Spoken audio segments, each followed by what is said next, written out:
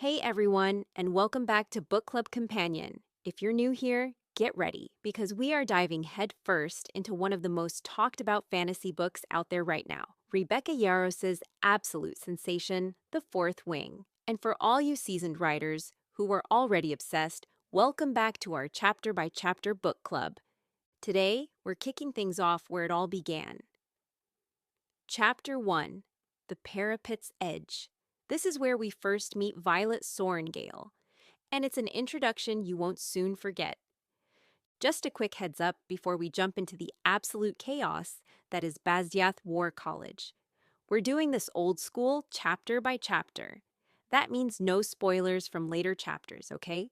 We're all experiencing this journey with Violet, minute by terrifying minute. So let's keep our comments spoiler-free too. All right, take a deep breath.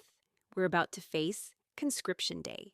Chapter 1 immediately thrusts us into the Fourth Wing with zero hesitation. We're thrown onto Conscription Day at Basgiath War College, and our main character, Violet Sorrengail, is living out her absolute worst nightmare. Right away, we see Violet is not built for this life. She's 20 years old and physically quite frail. Her bones are delicate. Think of a bird, but even more breakable. Her entire life, every single plan, revolved around becoming a scribe. Scribes are scholars who study, record history, and spend time in libraries. That's where her dad, a respected scribe, spent his life. And that's where Violet feels most at home, most connected to him. She's a bookworm through and through, wired for quiet study, not for war. But here's the critical part. Her mom, General Lilith Sorrengail, is a living legend. She's a fierce, no-nonsense dragon rider and a high-ranking general. General Sorrengail decided Violet would join the Riders' Quadrant.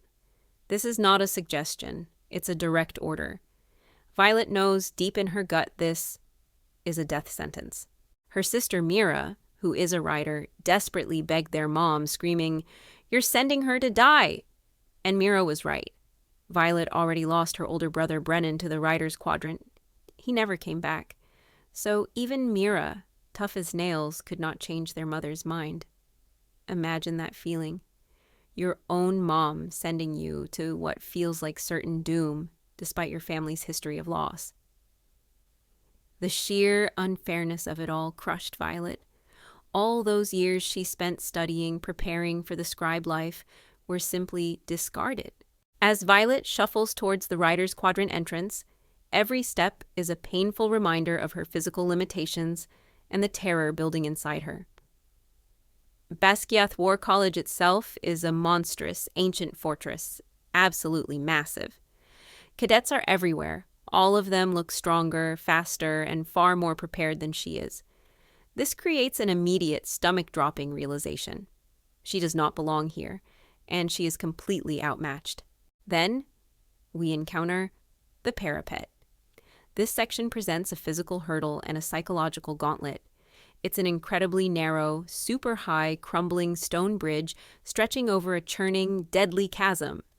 It's slick with rain, windswept, and looks like a nightmare. Thousands of hopefuls wait, their faces a mix of bravado, fear, and grim determination. Violet feels like she's already fallen off the edge before she even takes a step. In this insane environment, she meets Rhiannon, a cadet who seems genuinely kind and eager to help, even swapping boots with Violet to give her better grip. This offers a tiny, precious moment of human connection and generosity in a place designed to kill you. She also meets Dylan, a friendly, optimistic guy. But then, Basgiath's brutality hits hard. Dylan steps onto that terrifying parapet. He slips. In a horrifying, drawn-out moment, he falls to his death. The sound, the sight, it's a chilling, gut-wrenching reminder that this is not a game.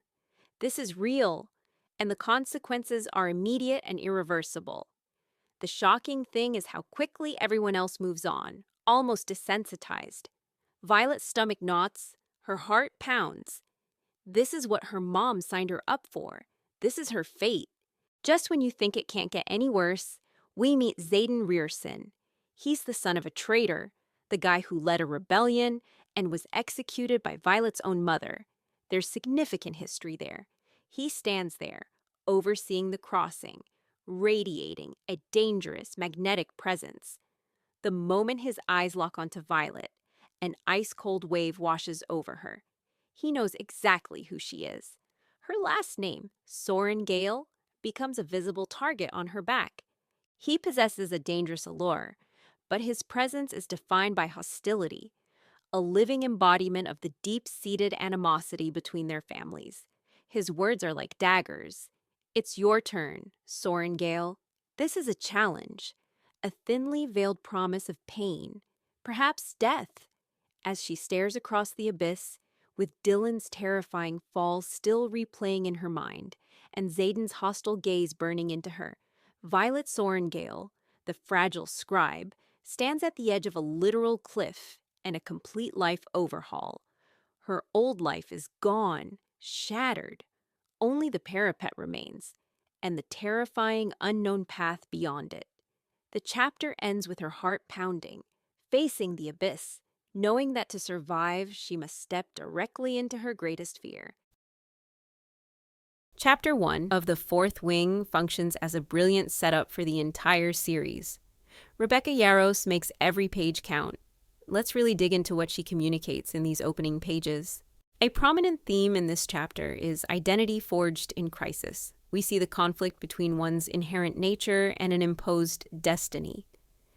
Violet meticulously cultivated her identity as a scribe.